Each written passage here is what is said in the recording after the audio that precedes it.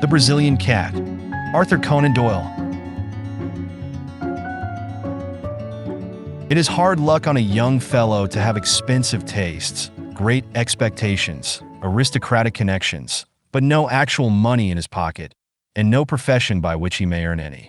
The fact was that my father, a good, sanguine, easygoing man, had such confidence in the wealth and benevolence of his bachelor elder brother, Lord Southerton, that he took it for granted that I, his only son, would never be called upon to earn a living for myself. He imagined that if there were not a vacancy for me on the great Southerton estates, at least there would be found some post in that diplomatic service which still remains the special preserve of our privileged classes. He died too early to realize how false his calculations had been. Neither my uncle nor the state took the slightest notice of me or showed any interest in my career. An occasional brace of pheasants or basket of hares was all that ever reached me to remind me that I was heir to Otwell House and one of the richest estates in the country. In the meantime, I found myself a bachelor and man about town, living in a suite of apartments in Grosvenor Mansions, with no occupation save that of pigeon shooting and polo playing at Hullingham. Month by month, I realized that it was more and more difficult to get the brokers to renew my bills, or to cash any further post obits upon an unentailed property. Ruin lay right across my path, and every day I saw it clearer, nearer, and more absolutely unavoidable. What made me feel my own poverty the more was that, apart from the great wealth of Lord Southerton, all my other relations were fairly well-to-do. The nearest of these was Everard King, my father's nephew and my own first cousin, who had spent an adventurous life in Brazil and had now returned to this country to settle down on his fortune. We never knew how he made his money, but he appeared to have plenty of it, for he bought the estate of Greylands, near Clipton-on-the-Marsh in Suffolk. For the first year of his residence in England, he took no more notice of me than my miserly uncle. But at last one summer morning, to my very great relief and joy, I received a letter asking me to come down that very day and spend a short visit at Greylands Court. I was expecting a rather long visit to Bankruptcy Court at the time, and this interruption seemed almost providential. If I could only get on terms with this unknown relative of mine, I might pull through yet. For the family credit, he could not let me go entirely to the wall. I ordered my valet to pack my valise, and I set off the same evening for Clipton-on-the-Marsh. After changing at Ipswich, a little local train deposited me at a small, deserted station lying amidst a rolling grassy country, with a sluggish and winding river curving in and out amidst the valleys, between high, silted banks, which showed that we were within reach of the tide. No carriage was awaiting me. I found afterwards that my telegram had been delayed, so I hired a dog cart at the local inn. The driver, an excellent fellow, was full of my relative's praises, and I learned from him that Mr. Everard King was already a name to conjure with in that part of the county. He had entertained the school children, he had thrown his grounds open to visitors, he had subscribed to charities. In short, his benevolence had been so universal that my driver could only account for it on the supposition that he had parliamentary ambitions. My attention was drawn away from my driver's panegyric by the appearance of a very beautiful bird which settled on a telegraph post beside the road. At first I thought that it was a jay, but it was larger, with a brighter plumage. The driver accounted for its presence at once by saying that it belonged to the very man whom we were about to visit. It seems that the acclimatization of foreign creatures was one of his hobbies, and that he had brought with him from Brazil a number of birds and beasts which he was endeavoring to rear in England. When once we had passed the gates of Greylands Park, we had ample evidence of this taste of his. Some small spotted deer, a curious wild pig known, I believe, as a peccary, a gorgeously feathered oriole, some sort of armadillo, and a singular lumbering in-toed beast like a very fat badger, were among the creatures which I observed as we drove along the winding avenue. Mr. Everard King, my unknown cousin, was standing in person upon the steps of his house, for he had seen us in the distance, and guessed that it was I. His appearance was very homely and benevolent, short and stout, 45 years old perhaps, with a round, good-humored face, burned brown with the tropical sun, and shot with 1,000 wrinkles. He wore white linen clothes, in true planter style, with a cigar between his lips, and a large Panama hat upon the back of his head.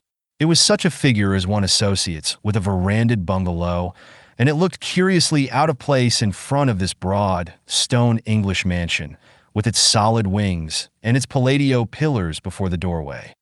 "My dear," he cried, glancing over his shoulder. "My dear, here is our guest. Welcome, welcome to Greylands. I am delighted to make your acquaintance, Cousin Marshall, and I take it as a great compliment that you should honor this sleepy little country place with your presence." Nothing could be more hearty than his manner, and he set me at my ease in an instant.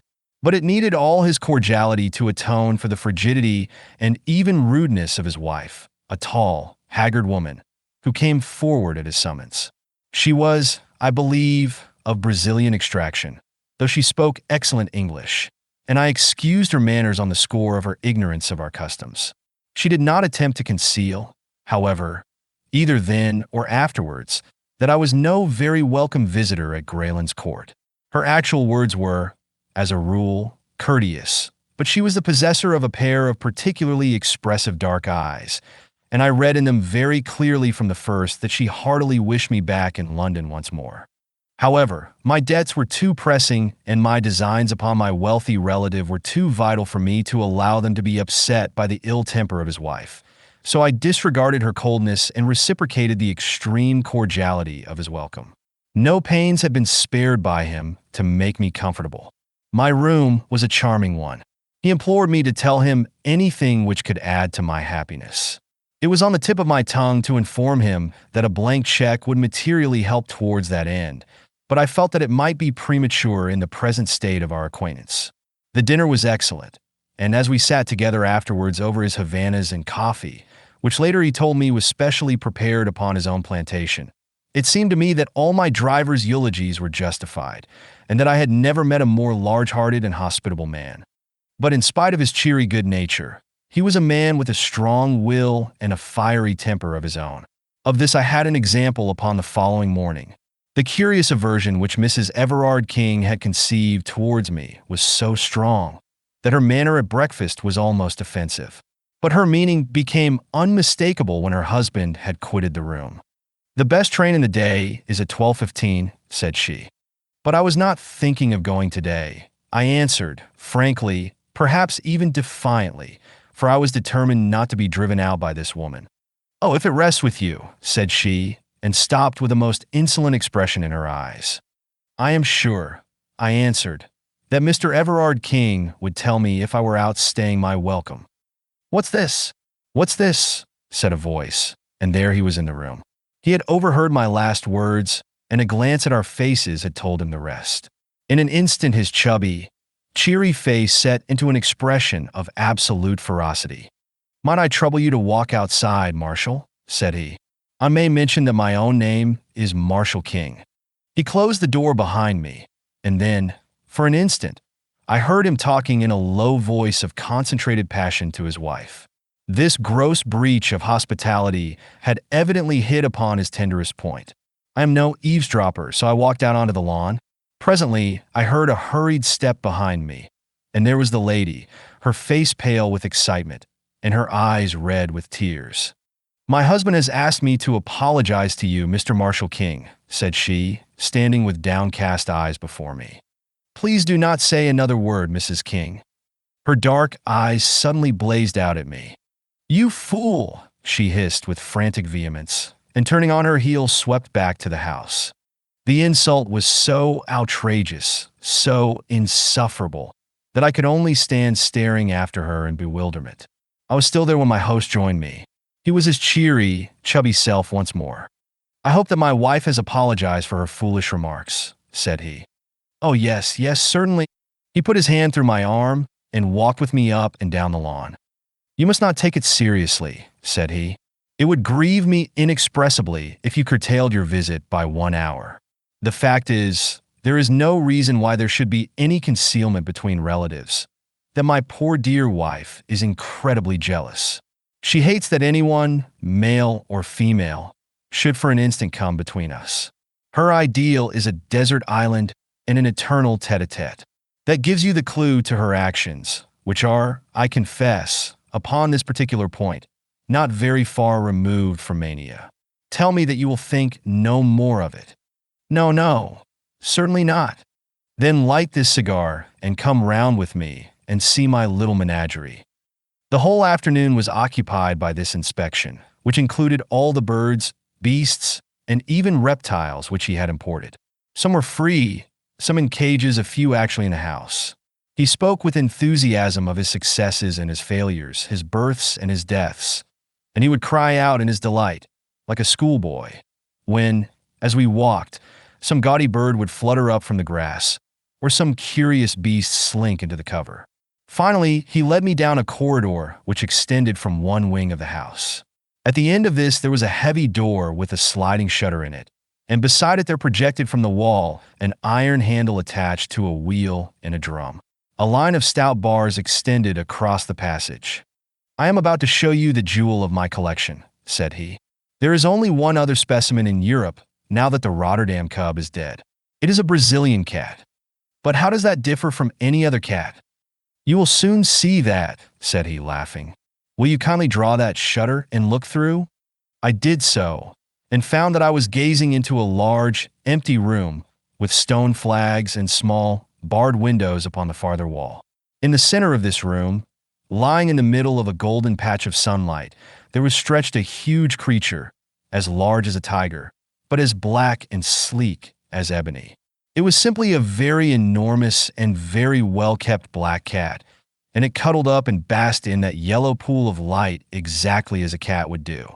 It was so graceful, so sinewy, and so gently and smoothly diabolical that I could not take my eyes from the opening. "Isn't he splendid?" said my host enthusiastically. "Glorious! I never saw such a noble creature. Some people call it a black puma, but really it is not a puma at all. That fellow is nearly 11 feet from tail to tip. For years ago, he was a little ball of black fluff, with 2 yellow eyes staring out of it. He was sold me as a newborn cub up in the wild country at the headwaters of the Rio Negro. They speared his mother to death after she had killed a dozen of them. They are ferocious, then? The most absolutely treacherous and bloodthirsty creatures upon earth. You talk about a Brazilian cat to an up-country Indian, and see him get the jumps. They prefer humans to game. This fellow has never tasted living blood yet, but when he does, he will be a terror. At present, he won't stand anyone but me in his den. Even Baldwin, the groom, dare not go near him. As to me, I am his mother and father in one." As he spoke, he suddenly, to my astonishment, opened the door and slipped in, closing it instantly behind him. At the sound of his voice, the huge, lithe creature rose, yawned and rubbed its round, black head affectionately against his side, while he patted and fondled it. "Now, Tommy, into your cage," said he. The monstrous cat walked over to one side of the room and coiled itself up under a grating. Everard King came out, and taking the iron handle which I have mentioned, he began to turn it. As he did so, the line of bars in the corridor began to pass through a slot in the wall and closed up the front of this grating, so as to make an effective cage. When it was in position, he opened the door once more and invited me into the room, which was heavy with the pungent, musty smell peculiar to the great carnivora. "That's how we work it," said he. "We give him the run of the room for exercise, and then at night we put him in his cage. You can let him out by turning the handle from the passage, or you can, as you have seen, coop him up in the same way." "No, no, you should not do that." I had put my hand between the bars to pat the glossy, heaving flank. He pulled it back with a serious face.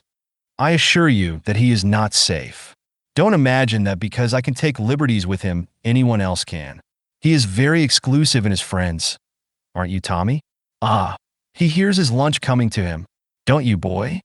A step sounded in the stone-flagged passage, and the creature had sprung to his feet and was pacing up and down the narrow cage, his yellow eyes gleaming, and his scarlet tongue rippling and quivering over the white line of his jagged teeth. A groom entered with a coarse joint upon a tray and thrust it through the bars to him.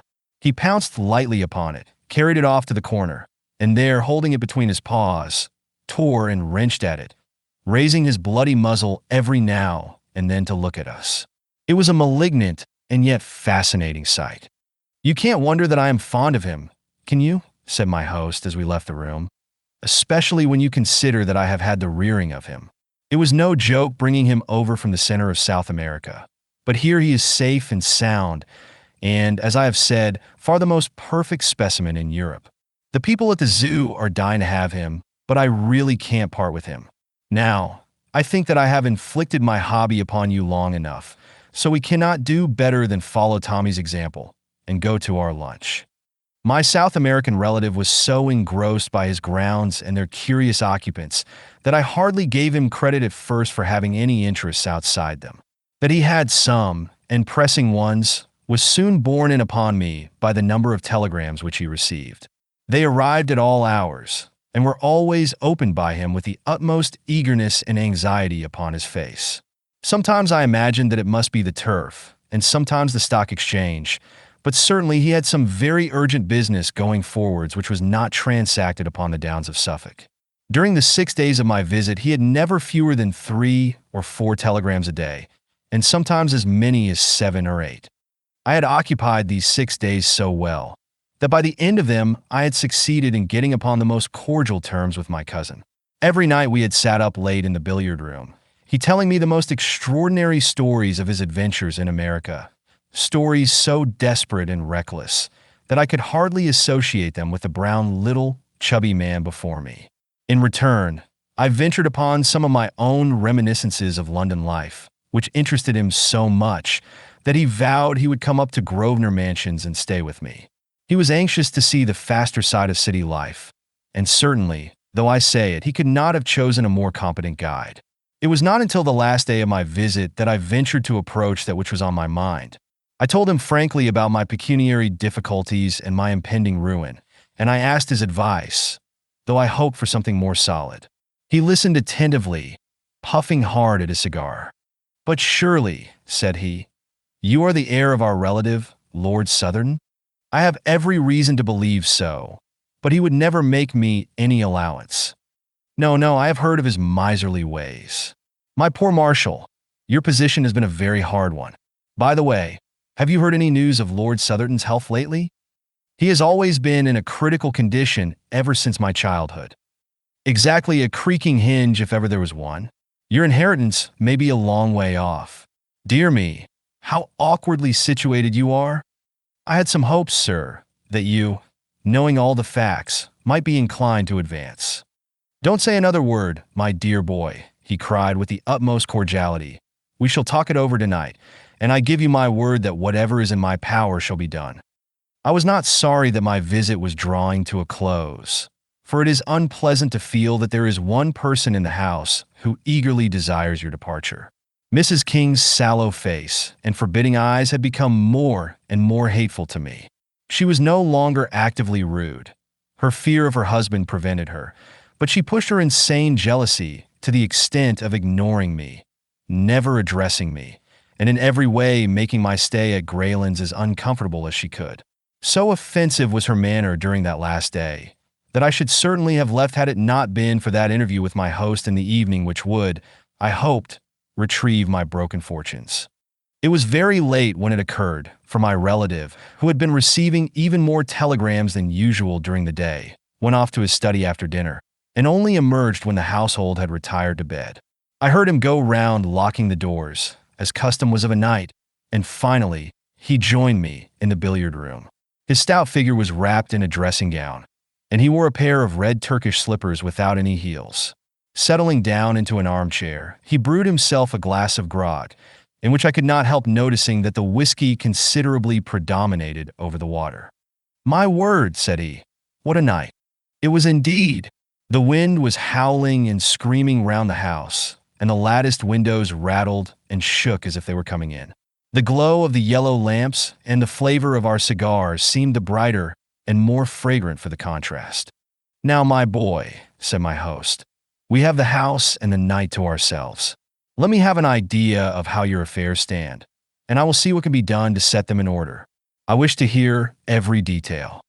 Thus encouraged, I entered into a long exposition, in which all my tradesmen and creditors from my landlord to my valet figured in turn.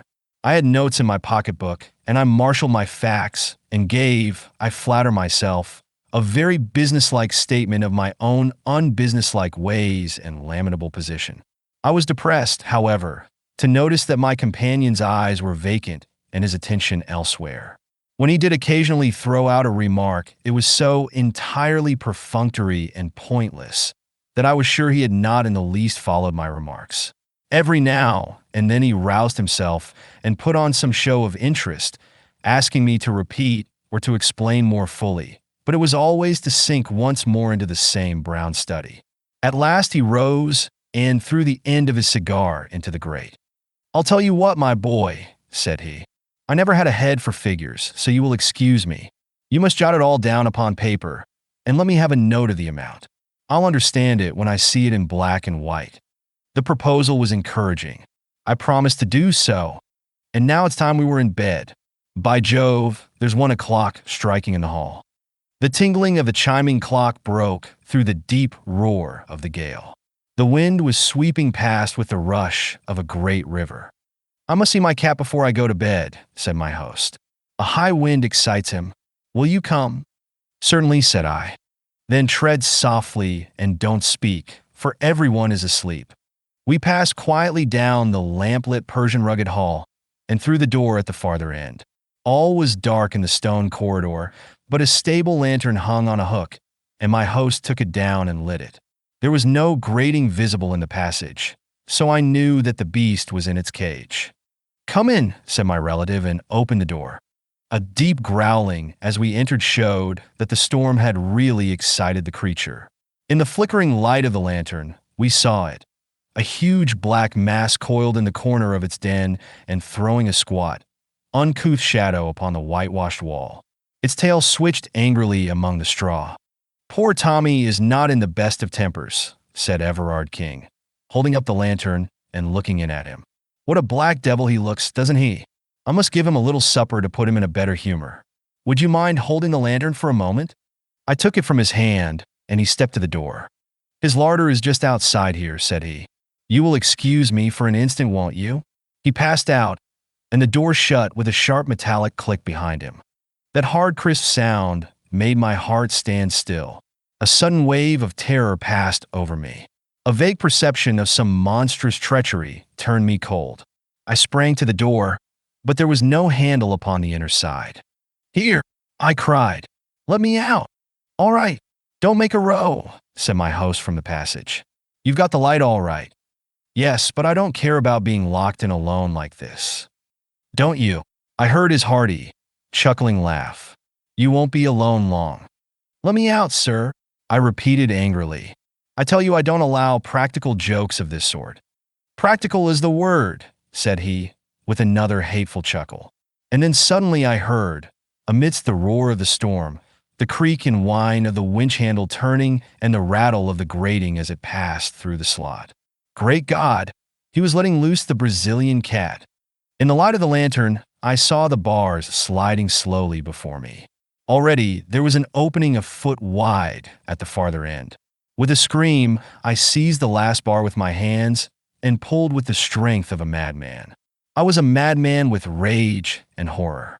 For a minute or more, I held the thing motionless. I knew that he was straining with all his force upon the handle, and that the leverage was sure to overcome me.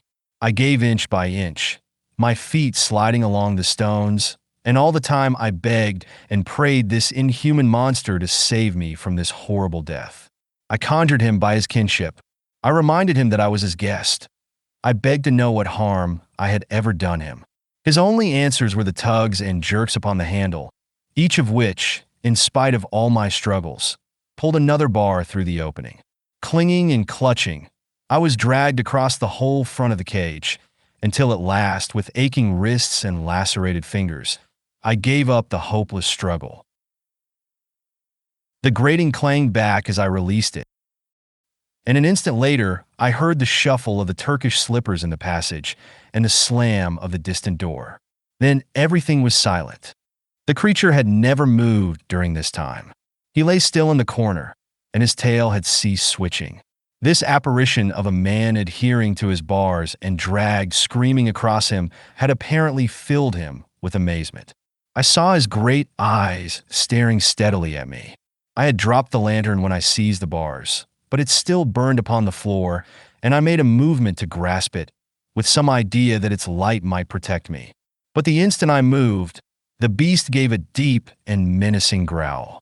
I stopped and stood still, quivering with fear in every limb. The cat, if one may call so fearful a creature by so homely a name, was not more than 10 feet from me. The eyes glimmered like two discs of phosphorus in the darkness. They appalled and yet fascinated me. I could not take my own eyes from them. Nature plays strange tricks with us at such moments of intensity, and those glimmering lights waxed and waned with a steady rise and fall. Sometimes they seemed to be tiny points of extreme brilliancy, little electric sparks in the black obscurity. Then they would widen and widen until all that corner of the room was filled with their shifting and sinister light. And then suddenly they went out altogether. The beast had closed its eyes.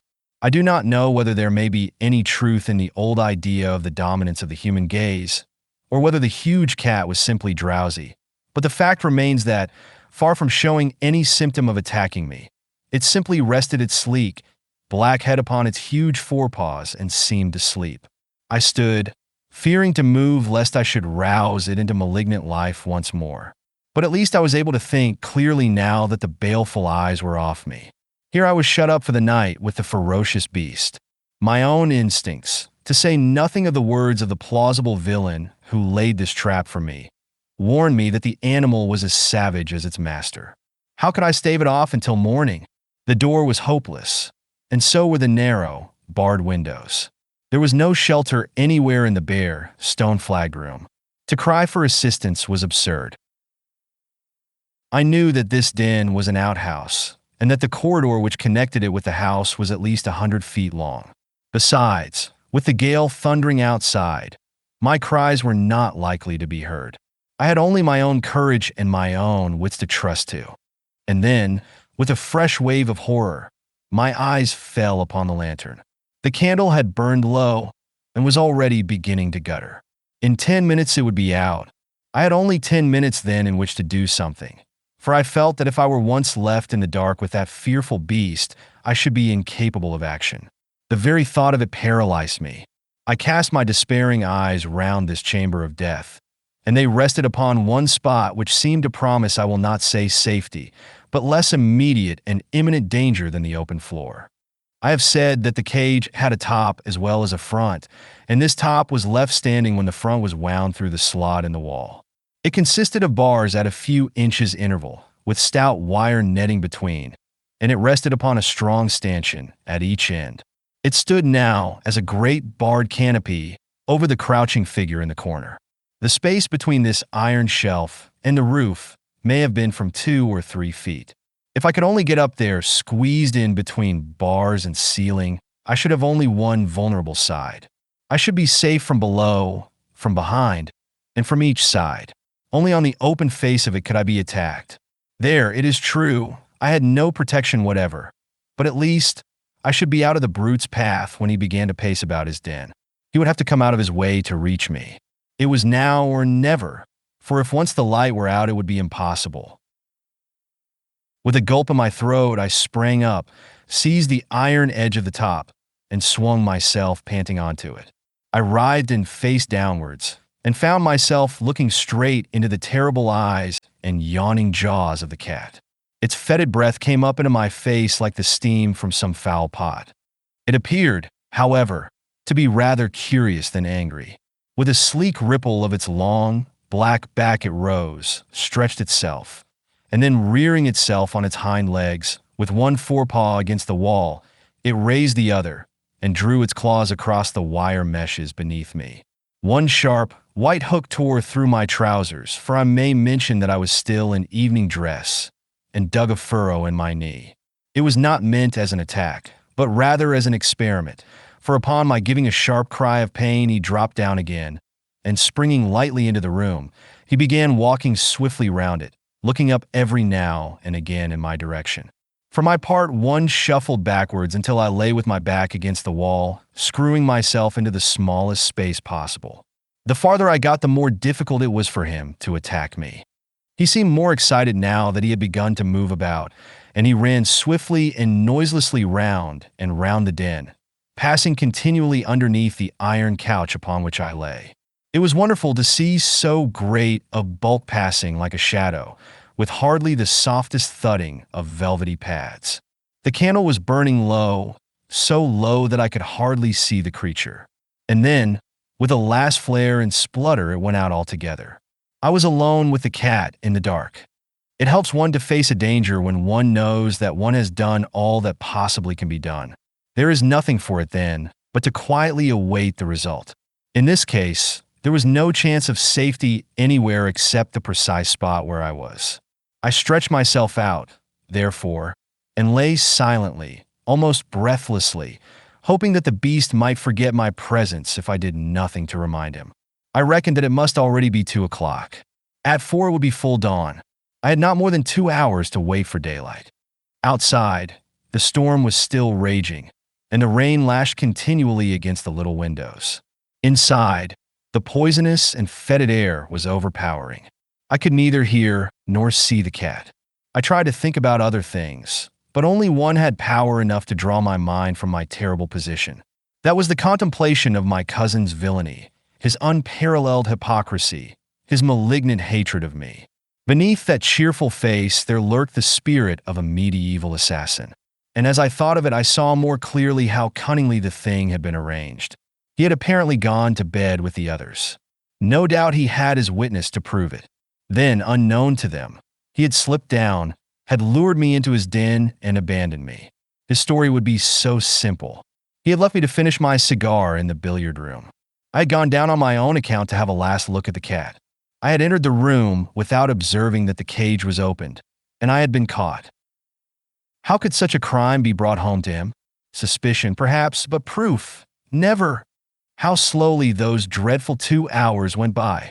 Once I heard a low, rasping sound, which I took to be the creature licking its own fur.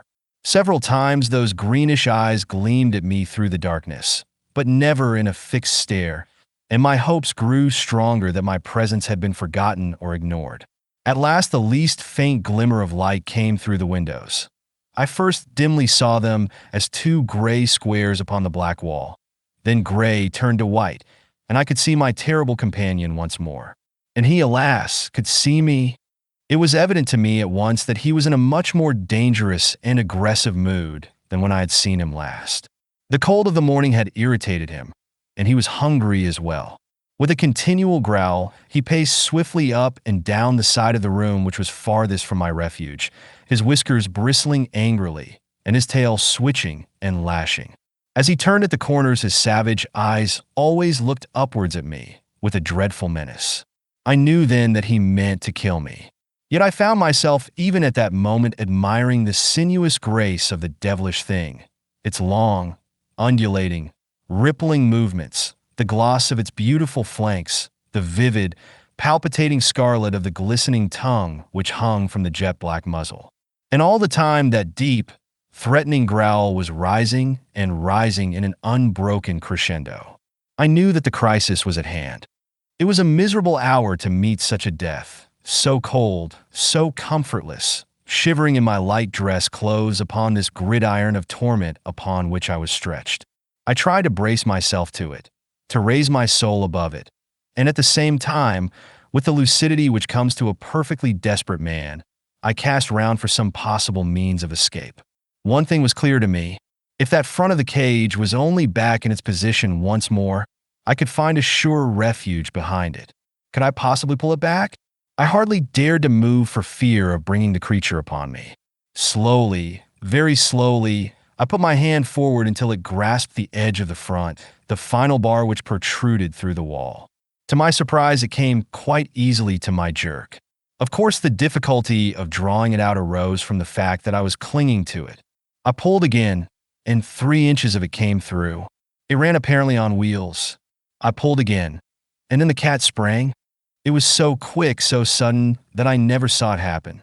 I simply heard the savage snarl, and in an instant afterwards the blazing yellow eyes, the flattened black head with its red tongue and flashing teeth, were within reach of me. The impact of the creature shook the bars upon which I lay, until I thought, as far as I could think of anything at such a moment, that they were coming down. The cat swayed there for an instant, the head and front paws quite close to me, the hind paws clawing to find a grip upon the edge of the grating. I heard the claws rasping as they clung to the wire netting, and the breath of the beast made me sick. But its bound had been miscalculated. It could not retain its position. Slowly, grinning with rage and scratching madly at the bars, it swung backwards and dropped heavily upon the floor. With a growl, it instantly faced round to me and crouched for another spring. I knew that the next few moments would decide my fate. The creature had learned by experience. It would not miscalculate again. I must act promptly, fearlessly, if I were to have a chance for life. In an instant I had formed my plan. Pulling off my dress coat, I threw it down over the head of the beast. At the same moment I dropped over the edge, seized the end of the front grating, and pulled it frantically out of the wall. It came more easily than I could have expected. I rushed across the room, bearing it with me. But as I rushed, the accident of my position put me upon the outer side. Had it been the other way, I might have come off scathless. As it was, there was a moment's pause as I stopped it and tried to pass in through the opening which I had left. That moment was enough to give time to the creature to toss off the coat with which I had blinded him and to spring upon me. I hurled myself through the gap and pulled the rails to behind me, but he seized my leg before I could entirely withdraw it. One stroke of that huge paw tore off my calf as a shaving of wood curls off before a plane. The next moment, bleeding and fainting, I was lying among the foul straw with a line of friendly bars between me and the creature which ramped so frantically against them. Too wounded to move, and too faint to be conscious of fear, I could only lie, more dead than alive, and watch it. It pressed its broad, black chest against the bars and angled for me with its crooked paws as I have seen a kitten do before a mousetrap. It ripped my clothes, but, stretch as it would, it could not quite reach me. I have heard of the curious numbing effect produced by wounds from the great carnivora, and now I was destined to experience it. For I had lost all sense of personality and was as interested in the cat's failure or success as if it were some game which I was watching. And then gradually my mind drifted away into strange, vague dreams, always with that black face and red tongue coming back into them, and so I lost myself in the nirvana of delirium, the blessed relief of those who are too sorely tried. Tracing the course of events afterwards, I conclude that I must have been insensible for about 2 hours. What roused me to consciousness once more was that sharp metallic click which had been the precursor of my terrible experience. It was the shooting back of the spring lock. Then, before my senses were clear enough to entirely apprehend what they saw, I was aware of the round, benevolent face of my cousin peering in through the open door. What he saw evidently amazed him. There was the cat crouching on the floor. I was stretched upon my back in my shirt sleeves within the cage, my trousers torn to ribbons, and a great pool of blood all round me. I can see his amazed face now, with the morning sunlight upon it. He peered at me, and peered again. Then he closed the door behind him and advanced to the cage to see if I were really dead. I cannot undertake to say what happened. I was not in a fit state to witness or to chronicle such events. I can only say that I was suddenly conscious that his face was away from me, that he was looking towards the animal. "Good old Tommy," he cried. "Good old Tommy." Then he came near the bars, with his back still towards me. "Down, you stupid beast," he roared. "Down, sir. Don't you know your master?" Suddenly, even in my bemuddled brain, a remembrance came of those words of his, when he had said that the taste of blood would turn the cat into a fiend. My blood had done it, but he was to pay the price. "Get away," he screamed. "Get away, you devil. Baldwin! Baldwin! Oh, my God!" And then I heard him fall and rise and fall again, with a sound like the ripping of sacking. His screams grew fainter until they were lost in the worrying snarl. And then, after I thought that he was dead, I saw, as in a nightmare, a blinded, tattered, blood-soaked figure running wildly round the room. And that was the last glimpse which I had of him before I fainted once again. I was many months in my recovery. In fact, I cannot say that I have ever recovered, for to the end of my days I shall carry a stick as a sign of my night with the Brazilian cat. Baldwin, the groom, and the other servants could not tell what had occurred when, drawn by the death cries of their master, they found me behind the bars, and his remains, or what they afterwards discovered to be his remains, in the clutch of the creature which he had reared. They stalled him off with hot irons, and afterwards shot him through the loophole of the door before they could finally extricate me. I was carried to my bedroom, and there, under the roof of my would-be murderer, I remained between life and death for several weeks. They had sent for a surgeon from Clipton and a nurse from London, and in a month I was able to be carried to the station, and so conveyed back once more to Grosvenor Mansions. I have one remembrance of that illness, which might have been part of the ever-changing panorama conjured up by a delirious brain were it not so definitely fixed in my memory. One night, when the nurse was absent, the door of my chamber opened, and a tall woman in blackest mourning slipped into the room. She came across to me, and as she bent her sallow face, I saw by the faint gleam of the nightlight that it was the Brazilian woman whom my cousin had married. She stared intently into my face, and her expression was more kindly than I had ever seen it. "Are you conscious?" she asked. I feebly nodded, for I was still very weak. "Well, then, I only wish to say to you that you have yourself to blame. Did I not do all I could for you? From the beginning I tried to drive you from the house. By every means, short of betraying my husband, I tried to save you from him. I knew that he had a reason for bringing you here. I knew that he would never let you get away again. No one knew him as I knew him, who had suffered from him so often. I did not dare to tell you all this. He would have killed me, but I did my best for you. As things have turned out, you have been the best friend that I have ever had. You have set me free, and I fancied that nothing but death would do that. I am sorry if you were hurt, but I cannot reproach myself. I told you that you were a fool, and a fool you have been." She crept out of the room, the bitter, singular woman, and I was never destined to see her again. With what remained from her husband's property, she went back to her native land, and I have heard that she afterwards took the veil at Pernambuco. It was not until I had been back in London for some time that the doctors pronounced me to be well enough to do business. It was not a very welcome permission to me, for I feared that it would be the signal for an inrush of creditors. But it was Summers, my lawyer, who first took advantage of it. "I am very glad to see that your lordship is so much better," said he. "I have been waiting a long time to offer my congratulations." "What do you mean, Summers? This is no time for joking." "I mean what I say," he answered.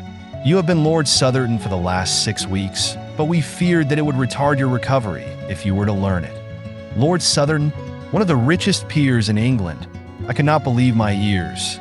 And then suddenly I thought of the time which had elapsed, and how it coincided with my injuries. Then Lord Southerton must have died about the same time that I was hurt. His death occurred upon that very day." Summers looked hard at me as I spoke, and I am convinced, for he was a very shrewd fellow, that he had guessed the true state of the case. He paused for a moment as if awaiting a confidence from me, but I could not see what was to be gained by exposing such a family scandal. "Yes, a very curious coincidence," he continued, with the same knowing look. "Of course, you are aware that your cousin Everard King was the next heir to the estates. Now, if it had been you instead of him who had been torn to pieces by this tiger, or whatever it was, then of course he would have been Lord Southerton at the present moment." "No doubt," said I. "And he took such an interest in it," said Summers. "I happen to know that the late Lord Southerton's valet was in his pay, and that he used to have telegrams from him every few hours to tell him how he was getting on. That would be about the time when you were down there. Was it not strange that he should wish to be so well informed, since he knew that he was not the direct heir?" "Very strange," said I. "And now, Summers, if you will bring me my bills and a new checkbook, we will begin to get things into order."